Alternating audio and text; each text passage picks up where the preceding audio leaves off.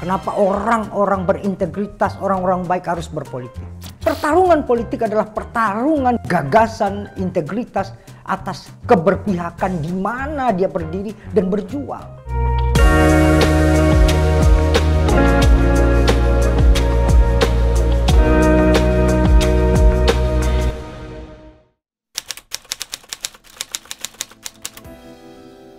Kita terlahir sebagai manusia politik sebenarnya, manusia sosial, zoon politikon ya.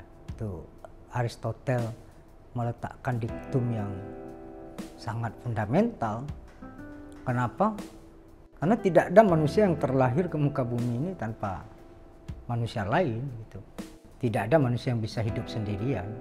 Mereka hidup memiliki relasi sosial yang sangat kental dengan manusia lain. Ya, dalam relasi yang paling primitif ya keluarga, komunalnya, dan komunitas yang lebih besar dari itu. Nah, pemuda berpolitik itu kalau dalam konteks Indonesia itu suatu keniscayaan hampir seperti itu.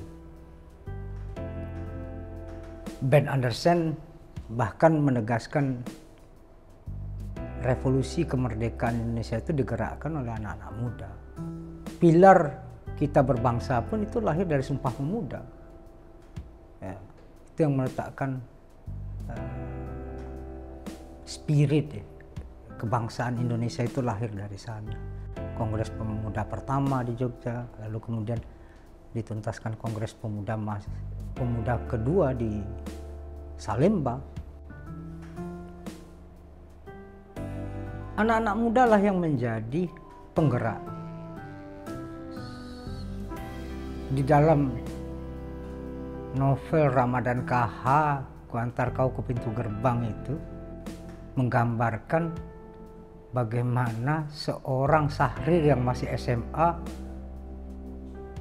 melakukan pementasan perlawanan terhadap kolonial, lalu kemudian ditangkap sama Belanda dan diadvokasi oleh Soekarno yang waktu itu menjadi mahasiswa di Bandung ya. Sangat mudah sekali. Itulah yang menjadi energi bara api yang menggerakkan peradaban Indonesia hari ini. Nah, ada patahan sejarah memang di mana anak-anak muda ini mengalami proses depolitisasi, deorganisasi, dan deideologisasi. Semasa Orde Baru berkuasa, mereka tidak ingin establishment status quo terganggu oleh pergerakan-pergerakan kritis mahasiswa. Waktu itu anak-anak muda khususnya gerakan mahasiswa menolak modal asing, khususnya modal Jepang yang begitu dominan masuk ke kita dengan joint venture-nya dan lain sebagainya. Ini dianggap sebagai penghambat. Padahal ini berpikir kritis. Nah, politik menjadi dinamis kalau digerakkan oleh anak-anak muda yang memiliki latar belakang pergerakan, keberpihakan.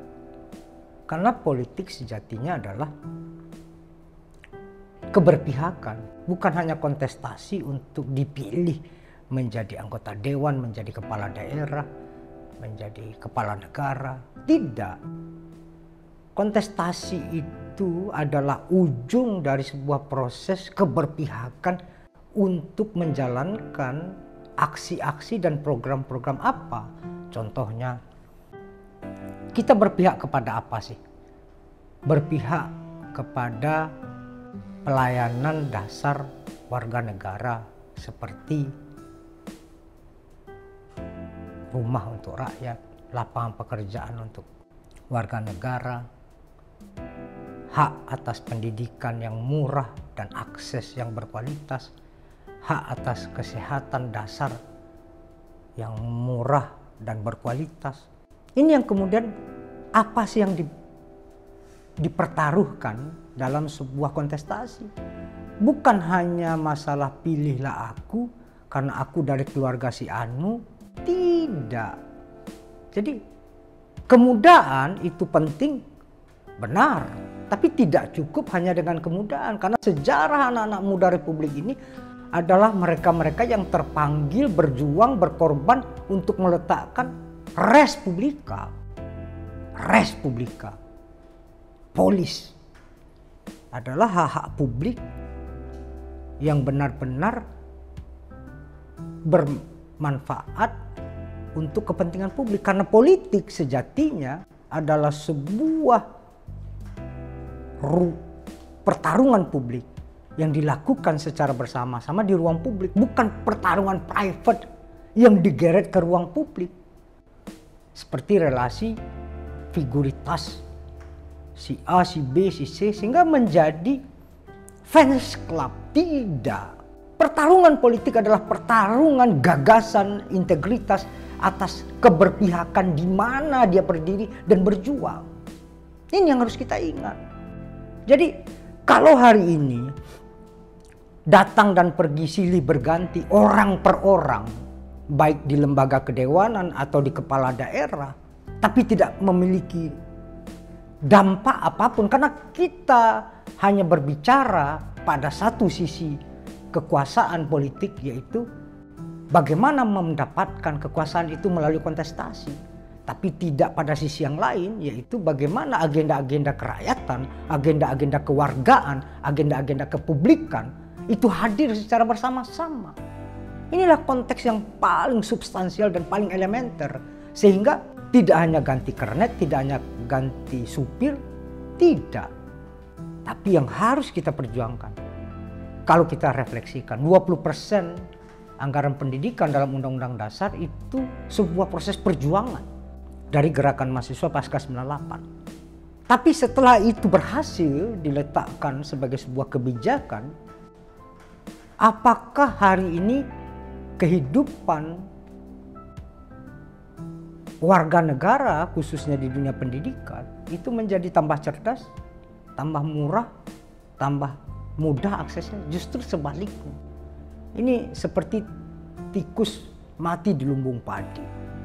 Pendidikan kita anggarannya 20%, tetapi sekolah-sekolah menjadi mahal. Kita hanya melihat bangunan sekolah menjadi lebih bagus, segala macam. Kalau kita compare dengan India, negara miskin, karakter sebagai sebuah outcome dari proses pendidikan itu dan kapasitas manusia sebagai sebuah output dari proses itu sangat luar biasa. Orang masih menulis di atas kertas bekas pakai kapur tulis, gedungnya reot-reot saja. Tapi siapa yang tidak tahu hari ini dunia dikuasai oleh sarjana-sarjana, master-master, doktor-doktor, profesor-profesor dari India. Ini karena apa? Karena cara berpikir, cara perspektifnya. Nah, seorang politisi, apa bedanya dengan seorang dokter, guru, dan profesi lain? Jika Anda, anak muda yang turun berpolitik, dengan satu kebijakan, Anda bisa merubah ratusan ribu bahkan jutaan nasib orang. Dokter, guru, berapa orang bisa dilayani dalam satu hari? Tapi kenapa anak muda harus berpolitik? Kenapa orang-orang berintegritas, orang-orang baik harus berpolitik? Karena dengan satu kebijakan, pendidikan, kesehatan, lapangan kerja. Kurt Cobain pernah bilang, buta yang paling sial adalah buta politik. Karena melahirkan pengangguran, karena melahirkan prostitusi, karena melahirkan para koruptor-koruptor. Nah, disinilah anak-anak muda harus berpihak kepada siapa? Harus menjadi kaum pergerakan. Anak muda harus berpolitik, anak muda harus menjadi aktivis pergerakan. Karena di sanalah anak-anak muda membutuhkan keberpihakan. Terima kasih.